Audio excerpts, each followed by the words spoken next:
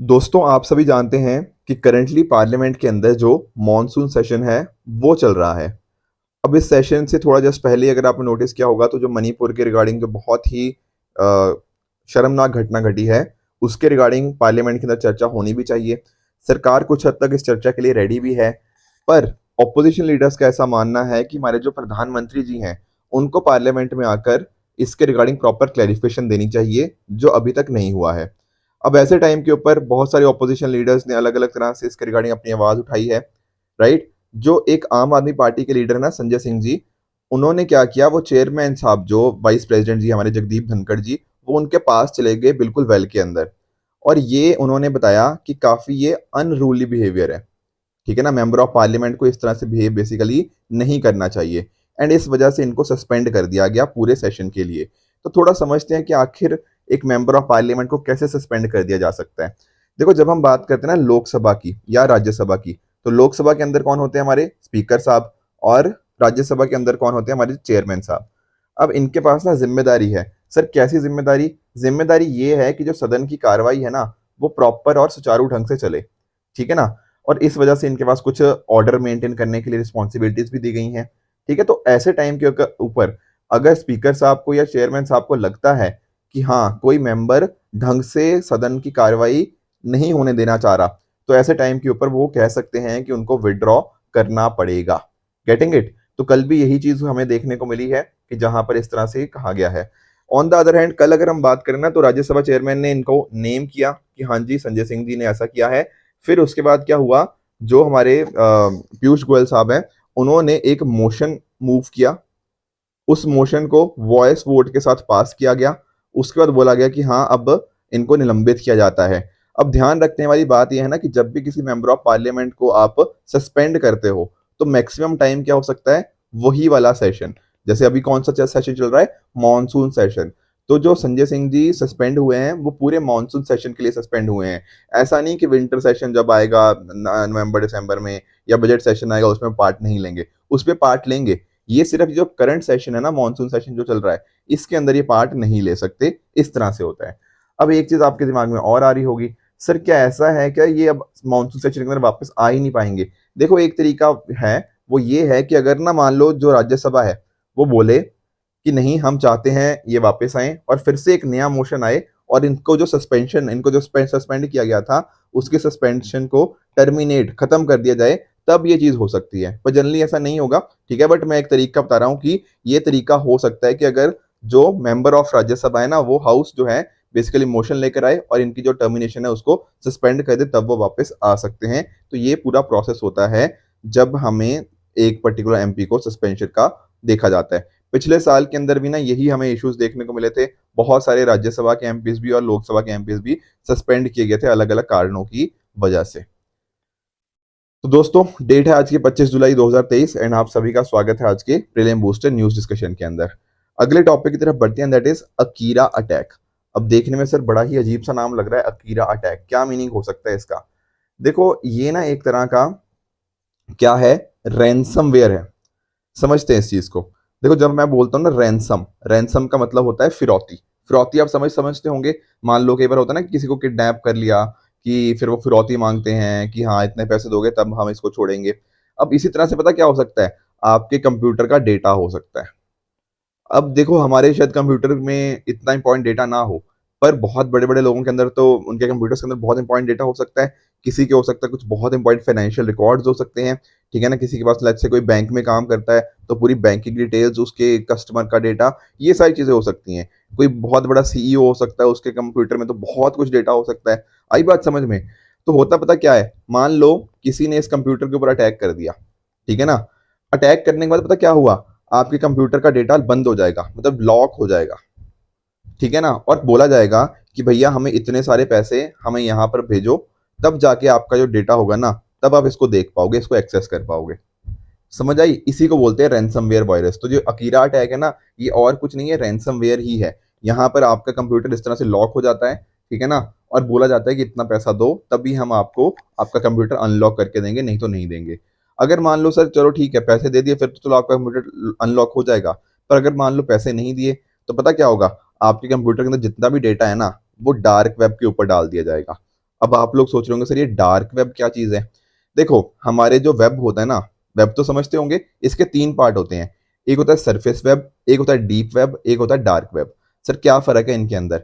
देखो, आप जैसे कोई भी चीज़ गूगल वगैरह के ऊपर ओपन करते हो, कोई भी हम सर्च करते हैं, या फिर जैसे अब आप यूट्यूब खोल के बैठे हो, ये पीडब्ल्यू ओनली है, इसका यूट्यूब चैनल आपको भी दिख रहा है, मुझे भी दिख रहा है, किसी भी पर्सन को दिख जाएगा, जो भी सर्च करेगा। गूगल के ऊपर कुछ भी आप डालोगे, कुछ भी आप सर्च कर रहे हो, लेट्स से आपने यही सर्च किया कि व्हाट इज सरफेस वेब, तो आपको बड़े आराम से गूगल के ऊपर मिल जाएगा। ये सारी चीजें ना सरफेस वेब होती हैं। उसी तरह से ना ये सिर्फ इतना ही हिस्सा है, इसके नीचे का हिस्सा जो हमें नहीं दिखता, जो हर किसी को नहीं दिखता बेसिकली, उसको बोलते हैं हम डीप वेब। डीप वेब में अंदर पता क्या होता है? जैसे आपका जीमेल अकाउंट, अब देखो आपका जीमेल अकाउंट आप जानते हो, उसके अंदर आप पासवर्ड डालोगे तो आप देख पाओगे ना आपके जीमेल अकाउंट के अंदर क्या क्या चीजें हैं। मैं नहीं देख पाऊंगा, कोई भी हम में से और कोई भी नहीं देख पाएगा। आपकी बैंकिंग डिटेल्स क्या क्या है वो सिर्फ आप ही को पता है। आप ही कुछ लॉग इन करोगे, उसका पासवर्ड डालोगे, तब आपको दिख जाएंगी। मुझे थोड़ी दिखेंगी आपकी बैंकिंग डिटेल्स क्या है, आपको मेरी नहीं दिखेंगी। तो इनको बोलते हैं डीप वेब, जो किसी ना किसी ना पासवर्ड वगैरह से प्रोटेक्टेड होते हैं। और सिंपली गूगल करके थोड़ी मैं आपके बैंकिंग डिटेल्स हो गया, या आपका जीमेल के आपको ऊपर आपको क्या दिखता है, आपके फेसबुक के ऊपर आपको क्या दिखता है, वो सारी चीजें मुझे नहीं पता। वो होता है डीप वेब का पार्ट। इसी डीप वेब के अंदर ना एक थोड़ा खराब चीज देखने को मिलती है। वो क्या होती है? आपका डार्क वेब।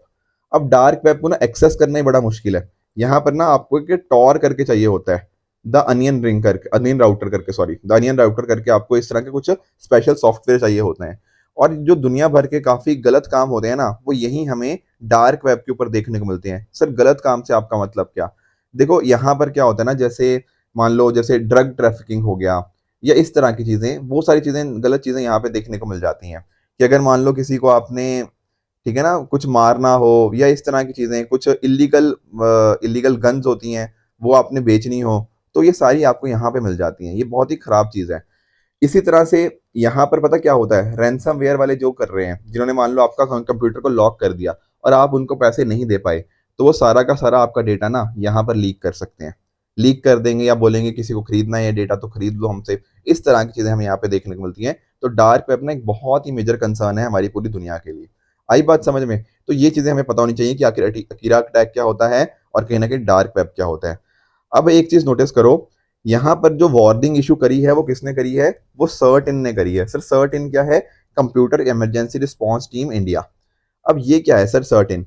देखो दरअसल में ना सर्ट इन और कुछ नहीं, हमारी गवर्नमेंट की ना एक एजेंसी है। कल को जैसे मान लो कोई भी इस तरह का साइबर सिक्योरिटी इंसिडेंट होता है, तो कोई ना कोई नोडल एजेंसी तो होनी चाहिए ना, जो इन सभी इंसिडेंट्स के ऊपर रिस्पॉन्ड कर पाए टाइमली मैनर के अंदर। बिल्कुल। तो वो एजेंसी और कोई नहीं, हमारी कंप्यूटर इमरजेंसी रिस्पॉन्स टीम ही है। इनका ही रोल होता है कि इंडिया की जो साइबर स्पेस है, उसको हम कैसे और बेहतर कर सकते हैं। देखो साइबर स्पेस के लिए जरूरी क्या है? कहीं ना कहीं अर्ली वार्निंग सिग्नल्स आ पाए कि हमारे ऊपर कोई हो सकता है अटैक होने वाला हो। कोई जो पोटेंशियल साइबर थ्रेट्स है उसके रिगार्डिंग प्रॉपर अलर्ट जारी करना। कई बार हो सकता है ये अलग अलग ऑर्गेनाइजेशन को गाइडलाइंस दें कि भैया आप अपना साइबर सिक्योरिटी इंफ्रास्ट्रक्चर अपना बेहतर करो। ठीक है ना? आपको कई बार असिस्ट किया जा सकता है कि कैसे ये चीजें होंगी। ऑर्गेनाइजेशन चलो है ही है, इंडिविजुअल्स के साथ भी ये चीज हो सकती है, तो वहां पर उनको भी कैसे हम सशक्त करें। तो ये सारी चीजें ध्यान रखना है। तो ये गवर्नमेंट एजेंसी एक तरह की, पर इसके साथ ना ये कोऑर्डिनेशन करती है बहुत सारी अलग अलग आपकी प्राइवेट सेक्टर ऑर्गेनाइजेशंस के साथ, और भी हमारी जो अलग अलग एजेंसीज के साथ, ताकि जो साइबर सेफ स्पेस इन्वायरमेंट है ना इंडिया का, उसको हम एक तरह से बेहतर कर पाए। तो आई होप ये न्यूज़ आपको समझ आई होगी। तो ये जो सॉफ्टवेयर है आपका, विंडोज हो गया, लिनक्स हो गया, इन सभी सिस्टम्स को यहाँ पे इम्पैक्ट कर सकता है। एक इंपॉर्टेंट चीज़ हमें और देखनी है कि यहाँ पर ना इन्होंने जो गाइडलाइंस दी हैं, उन्होंने बोला है कि आप अपने जो पासवर्ड्स है ना, थोड़ा उनको स्ट्रांग रखो। ठीक है? और साथ ही साथ यहाँ बात करी गई है मल्टी फैक्टर ऑथेंटिकेशन की। इसका मतलब क्या है सर मल्टी फैक्टर ऑथेंटिकेशन? देखो ऑथेंटिकेशन करना मतलब क्या होता है कि प्रूव करना कि आप ही सही पर्सन हो। जैसे फॉर एग्जांपल, अगर मान लो आप ना जीमेल है आपकी, आप लॉगिन करोगे, तो आपको पासवर्ड डालना पड़ेगा। अब पासवर्ड आप डालोगे, अब आपका पासवर्ड आप ही को पता है, मुझे थोड़ी पता है कि आपकी जीमेल का पासवर्ड क्या है। तो ये आपका ऑथेंटिकेशन का तरीका हो गया, आपने बता दिया कि हाँ यार मैं ही सही पर्सन हूँ। पर ये एक ही फैक्टर हुआ। अगर मान लो मुझे आपका पासवर्ड पता लग गया तो बात खत्म। तो यहाँ सिर्फ एक लेवल तक की सिक्योरिटी है। कई बार ये बोलते हैं कि 2 लेवल सिक्योरिटी कर दो। जैसे फॉर एग्जाम्पल, कई बार आपने देखा होगा ना, आपके मोबाइल फोन के ऊपर कुछ ओटीपी आ जाता है, कि पासवर्ड तो है ही है, साथ में आपके मोबाइल फोन के ऊपर ओटीपी आ गया। या फिर कई बार आपको जब आपके फोन के ऊपर आता है ना कि हाँ प्रूव करो कि आप ही हो जिसका लॉगिन है ये, ठीक है ना, आप अपने लैपटॉप से लॉगिन कर रहे हो, पर आपके फोन के ऊपर एक बार नोटिफिकेशन आ जाता है कि हाँ, आपको क्लिक करना पड़ता है, यस इट इज मी। तो ये 2 फैक्टर हो गया। कई बार तीसरा फैक्टर भी होता है, उसके अंदर क्या आ जाता है, कई बार हम मांग लेते हैं कि आपका बायोमेट्रिक दो। जीमेल के अंदर नहीं होता, पर बाकी चीजों के अंदर हो सकता है। तो यहाँ पर क्या हो रहा है ना कि इस तरह की 3 फैक्टर ऑथेंटिकेशन हो सकती है। तो ये बोलते हैं मल्टी फैक्टर। वो कहते हैं कि इसीलिए इन्होंने बोला है कि एक फैक्टर ऑथेंटिकेशन मत रखो, सिर्फ पासवर्ड के ऊपर डिपेंडेंट ना रहो, बाकी चीजें भी आप यहाँ पे इंक्लूड कर सकते हो। तो ये सारी चीजें यहाँ पे बात करी गई हैं। आई होप आपको कीरा अटैक, रैंसमवेयर, सर्टिन, ये सारी चीजें अच्छे से समझ आ गई होंगी। अगले टॉपिक की तरफ चलते हैं, दैट इज बेडाक्विलीन। इसको समझते हैं कि आखिर ये मुद्दा क्या है। देखो, मुद्दा समझेंगे, पर उससे पहले ना मैं जरा आपको टीबी के बारे में समझा दूं कि आखिर ट्यूबरक्लोसिस होता क्या है। देखो, जब मैं बात करता हूँ ना टीबी की, तो टीबी बीमारी के बारे में आप सभी जानते होंगे। एक ना बैक्टीरिया है, माइकोबैक्टीरियम ट्यूबरक्लोसिस। इस पर्टिकुलर बैक्टीरियम की वजह से ये पर्टिकुलर जो बीमारी है, टीबी की बीमारी, ये हमें देखने को मिल जाती है। अब इंसानों के अंदर ना जो टीबी होता है, वो जनरली लंग्स के ऊपर इंपैक्ट करता है। इसको क्या बोलते हैं हम? Pulmonary TB. ठीक है ना, पल्मोनरी बनता थोड़ा लंग्स के साथ लिंक्ड रहता है। तो जनरली जो ह्यूमंस होते हैं, उनके ऊपर लंग्स के ऊपर इंपैक्ट होता है। पर कई बार इसका इफेक्ट जो होता है हमारे डिफरेंट डिफरेंट और ऑर्गन्स के ऊपर भी पड़ता है। तो उस तरह की टीबी को क्या बोलते हैं? Extra pulmonary TB. समझ गए? पल्मोनरी मतलब आपके जो लंग्स को इंपैक्ट करे, दैट इज पल्मोनरी टीबी। और जो आपके और भी ऑर्गन्स को इंपैक्ट करे, दैट इज पल्मोनरी टीबी। ठीक है सर। सर, क्या हम इसको, ये जो टीबी होता है, इसको ट्रीट किया जा सकता है? आंसर इज यस, बिल्कुल इसका ट्रीटमेंट अवेलेबल है। इसको क्योर भी किया जा सकता है। ठीक है, क्योरेबल डिजीज है। और आपको जो वैक्सीन वगैरह भी लगती है ना, जैसे बीसीजी वैक्सीन के बारे में आपने सुना होगा, बेसाइल कैलमेटे यूरिन, मुझे पता है थोड़ा मेरी प्रोनाउंसिएशन गलत है यहाँ पे, पर बीसीजी वैक्सीन इसके लिए यहाँ पे हमें देखने को मिलती है टीबी के लिए। ठीक है सर, टीबी का थोड़ा समझ तो आ गया। इसके साथ में आपको एक चीज और ध्यान रखनी है, टीबी ना हवा के माध्यम से भी फैल सकता है, पर्सन टू पर्सन कॉन्टैक्ट के थ्रू ये फैल सकता है। तो ये तो थोड़ा टीबी के बारे में हमने जाना। इसके अंदर ना हमें एक चीज और पढ़नी है, ये क्या होता है ड्रग रेजिस्टेंट टीबी का मतलब क्या होता है। देखो, दरअसल में है क्या ना कि टीबी के लिए ना कुछ मेडिसिन आती हैं। सिर्फ मेडिसिन कैसे की, जैसे हर बीमारी के लिए मेडिसिन होती है ना, उसी तरह से टीबी के लिए 2 बहुत ही फेमस मेडिसिन है, that is isoniazid and rifampicin. देखो, मुझे पता है आप में से हो सकता है कुछ लोग डॉक्टर्स हों, और आई नो कि मैं इनका प्रोनाउंसिएशन शायद गलत कर रहा हूं, पर आप आइडिया लो बस। ये 2 मेडिसिन हैं। ठीक है ना, ये मेडिसिन फर्स्ट लाइन डोजेज हैं कि अगर मान लो किसी पर्सन को टीबी हो गया ना, तो उनको 2 ये मेडिसिन दी जाती हैं, या फिर मतलब टीबी के रिगार्डिंग ये मेडिसिन प्रिस्क्राइब की जाती हैं। अगर मान लो ये मेडिसिन लेने के बाद भी आपका जो बैक्टीरिया है वो रिस्पॉन्ड ना करे, क्यों रिस्पॉन्ड ना करे? क्योंकि वो रेजिस्टेंट हो चुका है। तब हम उसको क्या बोलेंगे? Drug resistant. कि टीबी जो है ना, जो आपका बैक्टीरिया है, वो आपका ड्रग्स के लिए रेजिस्टेंट हो चुका है, वो उसका उसका फर्क उसके ऊपर पड़ ही नहीं रहा। Getting it? तो ये काफी मेजर इशू हो जाता है कि आप दवाई खा रहे हो, पर दवाई का कोई इम्पैक्ट ही नहीं हो रहा, क्योंकि आपका जो बैक्टीरिया था वो उसके रिगार्डिंग रिस्पॉन्ड ही नहीं कर रहा। ठीक है ना, तो ये चीजें देखने को मिलती हैं। तो एक होता है मल्टी ड्रग रेजिस्टेंट टीबी, ठीक है, जब इनके रिगार्डिंग रिस्पॉन्ड ना करे। एक होता है एक्सटेंसिव ड्रग रेजिस्टेंस टीबी, जब कोई भी बीमारी, जब कोई भी सॉरी जो मेडिसिन है, वो जो मोस्ट इफेक्टिव टीबी ड्रग्स हैं, वो उसके रिगार्डिंग वर्क ना करे, तो उसको बोलते हैं एक्सडीआर टीबी। आई बात समझ में? तो ये चीजें हमें देखने को मिलती थी। अब हम सिर्फ बेडाक्विलीन की बात क्यों कर रहे हैं? देखो, दरअसल में जो बेडाक्विलीन मेडिसिन है ना, वो और कुछ नहीं, आपकी टीबी को ही, ड्रग रेजिस्टेंट टीबी को ही ट्रीट करने के लिए यूज करी जाती है। अब इसको ना पेटेंट मिला हुआ था। अब आप लोग सोच रहे होंगे, सर पेटेंट क्या है? देखो, बहुत ही सिंपल चीज है। आपकी अलग अलग इंटेलेक्चुअल प्रॉपर्टी राइट्स होती हैं, बिल्कुल।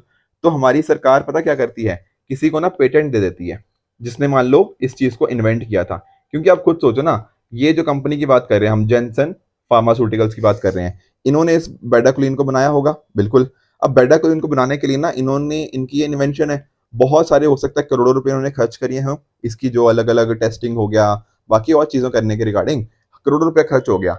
अगर कल को मान लो इन्होंने इतना पैसा खर्च किया और बाद में इसको इनका फायदा भी ना मिले, तो वो तो गलत चीज हो जाएगी ना। तो इसलिए ना इनको एक पेटेंट दिया जाता है। पेटेंट से होता पता क्या है, कि सिर्फ इन्वेंटर के पास ये राइट होता है कि उसको वो बना पाए, उसको यूज कर पाए, और अगर वो चाहे तो किसी और को सेल कर पाए। बेसिकली इस पर्टिकुलर फार्मास्यूटिकल के परमिशन के बिना ना कोई भी ये इस तरह की मेडिसिन नहीं बना सकता, मतलब कि ये वाली मेडिसिन कोई और नहीं बना पाएगा। अब क्या हुआ है, इसका ये जो पेटेंट है वो खत्म हो चुका है। तो अब आने वाले टाइम के अंदर ना हम देख पाएंगे इस पर्टिकुलर मेडिसिन के, बेडाक्विलीन के जेनरिक वर्जन देखने को मिल जाएंगे।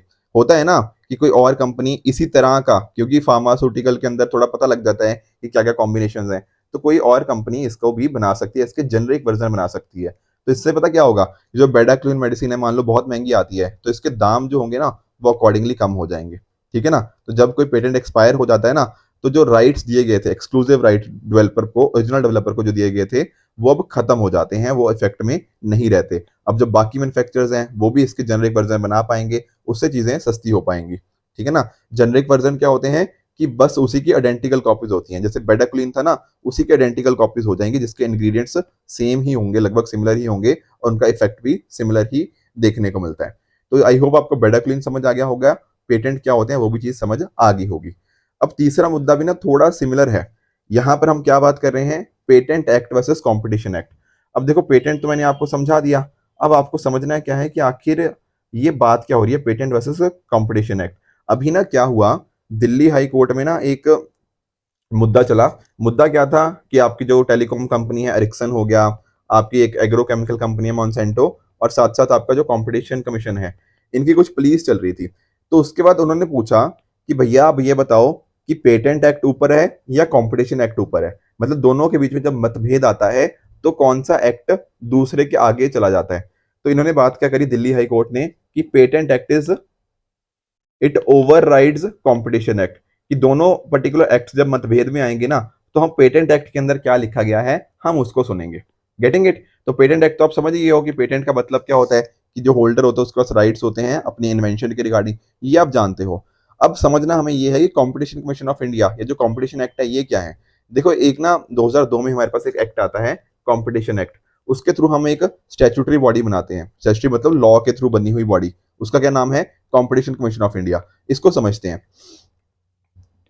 हुआ क्या करता था ना पहले इंडिपेंडेंस के बाद, हमारे यहाँ पे ना कई बार ऐसा देखा गया था कि ऐसा नहीं होना चाहिए कि मान लो कोई कंपनी बहुत बड़ी बन गई, उससे पता क्या होता था, अगर मान लो कोई कंपनी बहुत ज्यादा बड़ी बन जाती है तो वो छोटी छोटी कंपनियों को खा जाती है।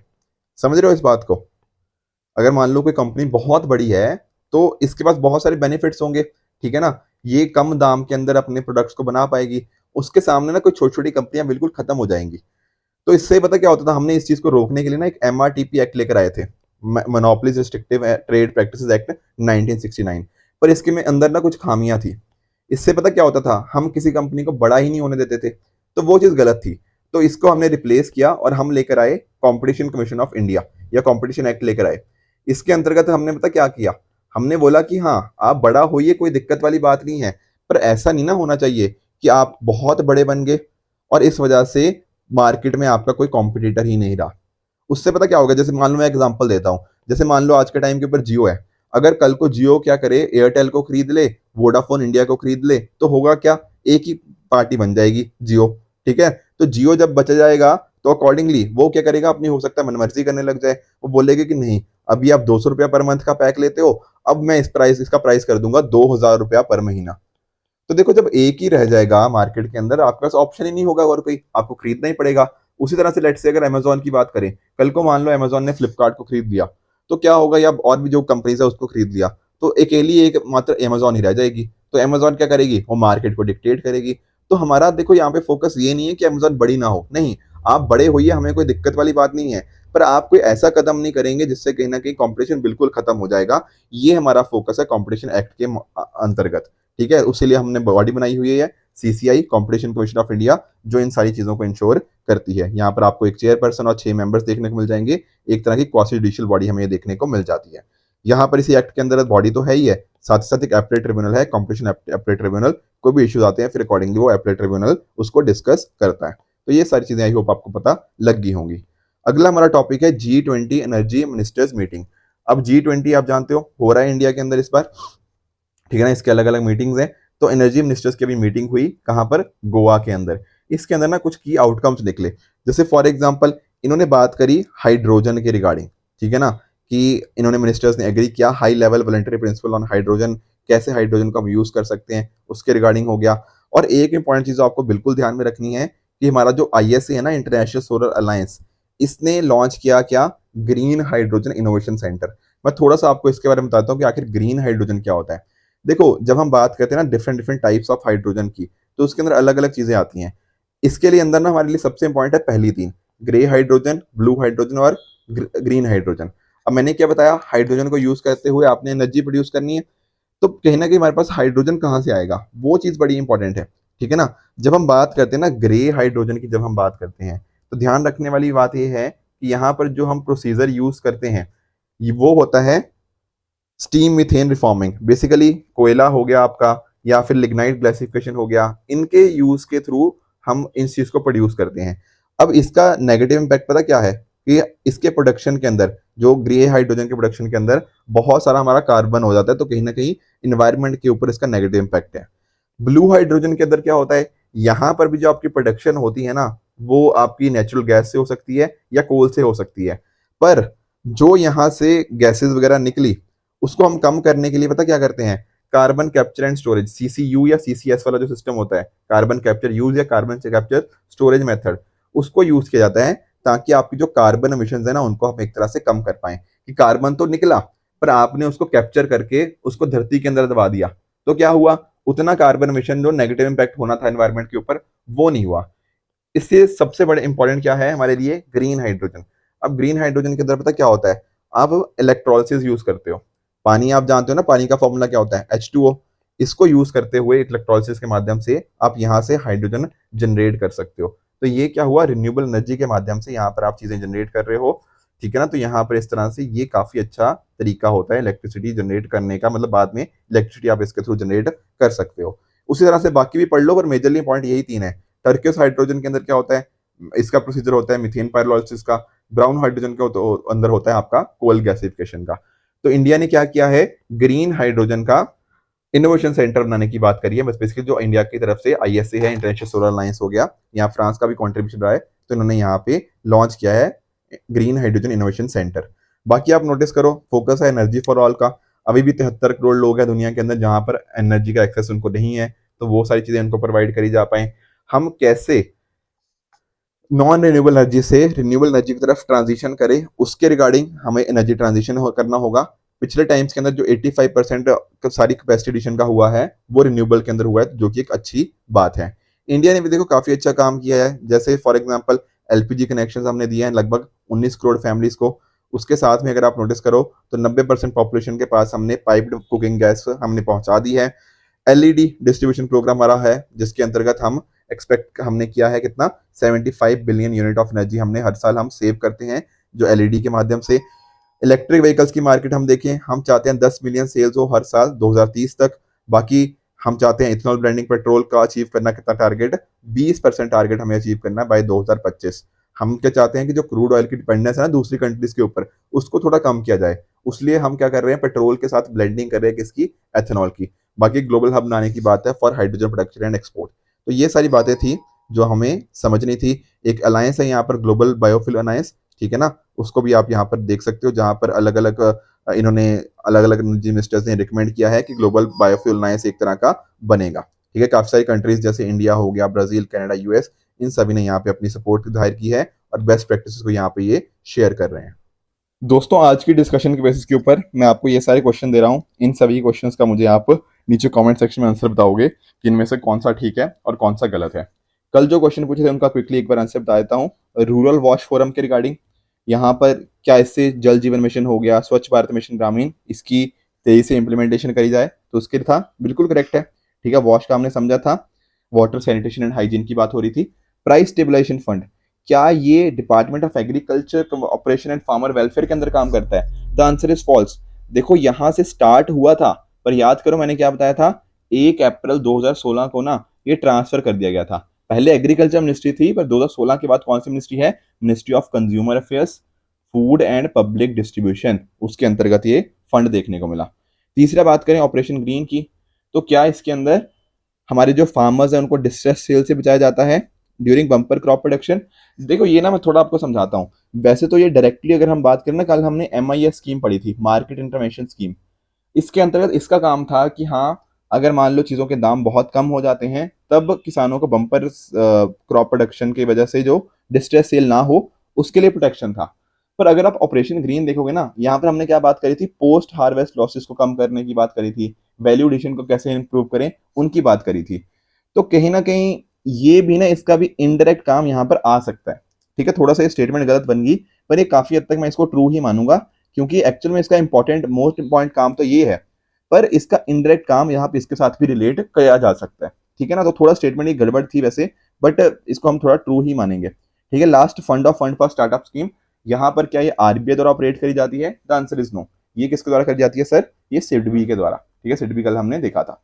तो ये आपकी चौथी स्टेटमेंट आपकी फॉल्स हो जाएगी। तो ये होगी आज की हमारी डिस्कशन। अगर आपको इस लेक्चर की पीडीएफ चाहिए तो आप हमारे टेलीग्राम चैनल PWOnlyS ऑफिशियल पे जाके इस लेक्चर की पीडीएफ को एक्सेस कर सकते हो एंड अपनी प्रेपरेशन को और भी बेहतर बना सकते हो।